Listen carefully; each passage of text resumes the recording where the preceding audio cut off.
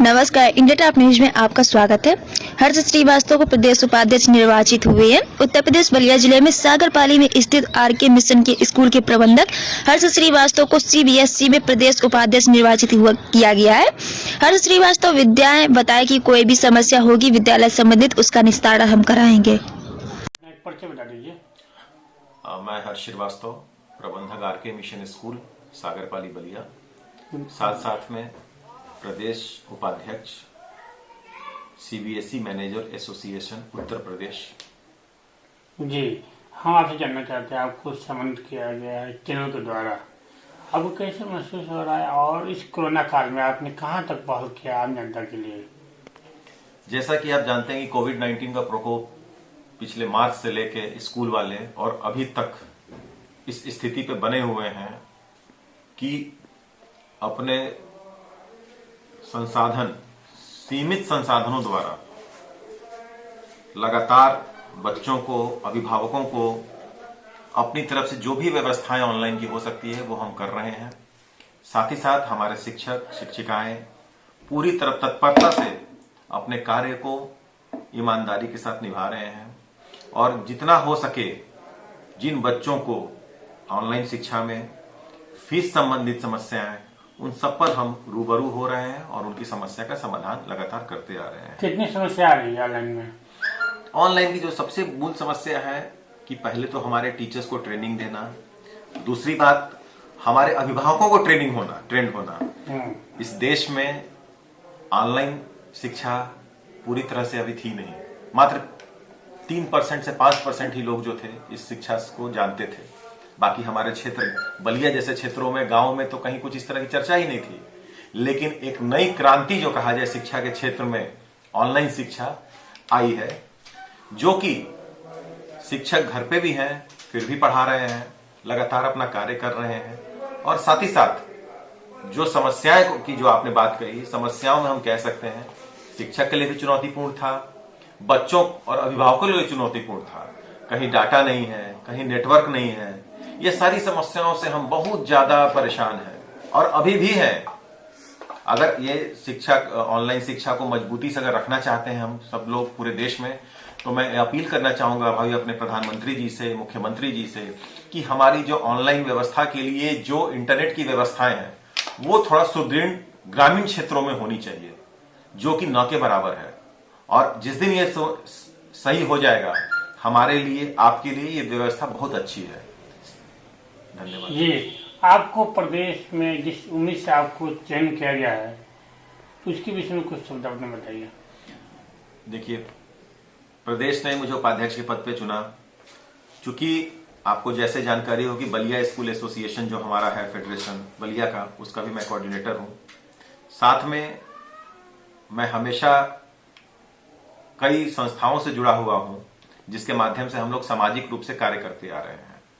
चूंकि लोगों ने यह दायित्व मुझे सौंपा है, तो मैं जरूर इसमें जो भी विद्यालयों की समस्याएं हैं, प्रदेश स्तर से, लोकल स्तर से, हमारे डिस्ट्रिक्ट लेवल से जो भी समस्याएं आ रही हैं, हम लोग इसको अपने ऊपर डीआईओएस के यहाँ, डीएम के यहाँ, मुख्यमंत्री के यहाँ तक पहुंचाने की बात कर रहे हैं।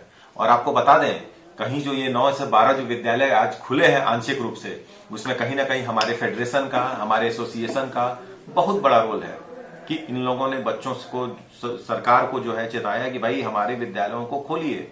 अब जब सारी आप देख रहे होंगे कि मार्केट में भीड़ ऐसी है कि आपको चलने की जगह नहीं है। ठीक, चलने की जगह नहीं है, बच्चे मॉल में जा रहे हैं, बच्चे मार्केट में जा रहे हैं, लोगों के साथ घूम रहे हैं, तो क्या विद्यालय ही केवल बचा था जहां कोरोना का असर है? आपको नहीं बता दूं, सरकारी विद्यालयों के साथ साथ जो प्राइवेट विद्यालय हैं यह पूरी तरह से एक ध्वस्त होने के उस पर चले गए हैं, क्योंकि इनके साथ आपको मैं बता दूं कई शिक्षकों का रोजगार जुड़ा है, कई परिवार इसके साथ जुड़े हैं, जो प्राइवेट विद्यालय अपने साथ साथ इन टीचरों को लेकर चल रहे हैं और उनके परिवार का भोजन यापन चल रहा है, जो कि बहुत जरूरी है। जी, लॉकडाउन के दौरान अभी तक विद्यालय बंद थे, तो कितने जो अध्यापक होंगे उनकी सैलरी वो सब बंद होंगी, कितनी समस्या उठाने होंगे उन लोगों को? जैसे देखिए, अध्यापकों को, सही बात, आपने बहुत बढ़िया प्रश्न किया कि अध्यापकों की तनख्वाह की बात। अध्यापकों की तनख्वाह जो कि एक प्राइवेट विद्यालय में आपको भी जानकारी है कि सब कुछ बच्चों की फीस पर निर्भर होता है। अगर बच्चों ने फीस दिया तो विद्यालय ने अपने उसी हिसाब से शिक्षकों को उनकी सैलरी दी। साथ ही साथ एक जो मुहिम चला दिया लोगों ने कि नो स्कूल नो फीस, कुछ सोशल मीडिया ने, कुछ मीडिया ने, कई जगह पे इस तरह की बात आई कि भाई विद्यालय नहीं तो फीस कैसा। ये तो बड़ी विडंबना की बात है इस देश में कि आपको पता हो ज्ञान किसी भी रूप में मिले, चाहे ऑफलाइन मिले चाहे ऑनलाइन मिले, लेकिन गुरु की दीक्षा तो बनती है ना। ये तो आप भी जानते हैं और हम भी जानते हैं कि अगर हमने कुछ भी पढ़ाया उसकी दीक्षा स्वरूप उस बच्चे के लिए, और उस बच्चे को जिस टीचर ने पढ़ाया है उसको उसका हक मिलना चाहिए। बस हमारा यही कहना है, सभी से अपील है कि सभी लोग अच्छे से पढ़ें। जो छात्र विद्यालय आना चाहते हैं वो 9 से 12 वाले वो आए, जो ऑनलाइन शिक्षा ग्रहण करना चाहते हैं वो ऑनलाइन शिक्षा ग्रहण करें, और साथ ही साथ अपनी जो भी समस्याएं, फीस संबंधित भी समस्याएं, जैसे हम लोगों ने किया कि पहले क्वार्टरली फीस लेते थे, हमने उसको मंथली में कर दिया। जिसकी जैसी सुविधा उन्होंने लोगों ने जमा किया, कुछ लोगों ने नहीं भी जमा किया, तो मैं यही कहना चाहूंगा कि आपके ही ऊपर सारा विद्यालय का स्रोत चलता है। और हम अगर हमारे पढ़ाई में किसी तरह की कोई कमी हो, आप हमसे संपर्क करें और बताएं, उसको हम लोग जरूर दूर करेंगे। और जिले स्तर पर भी अगर कोई समस्या आप लोगों को आ रही हो किसी विद्यालय संबंधित, तो उसके लिए भी आप हमें संपर्क कर सकते हैं। जी, जैसे आप अभी बताएं, को फीस अलग, सरकारी अध्यापक भी उनको नहीं मिल रहा है 8 महीने से, इसलिए उनकी बंद है। नहीं, ऐसा तो नहीं होगा, मुझे लग रहा है। अभी भी कुछ दिन पहले जिलाधिकारी को ज्ञापन दिया गया था उनकी वेतन को लेकर, मानदेय को लेकर, 15 दिन के विचार बन रहा है, अभी कुछ हुआ नहीं। देखिए, सरकारी विद्यालय, प्राइवेट विद्यालय तो एक होता है, ठीक है, चाहे वो सरकारी हो चाहे प्राइवेट हो, दोनों शिक्षकों का काम एक ही है, बच्चों को शिक्षित करना, समाज को शिक्षित करना।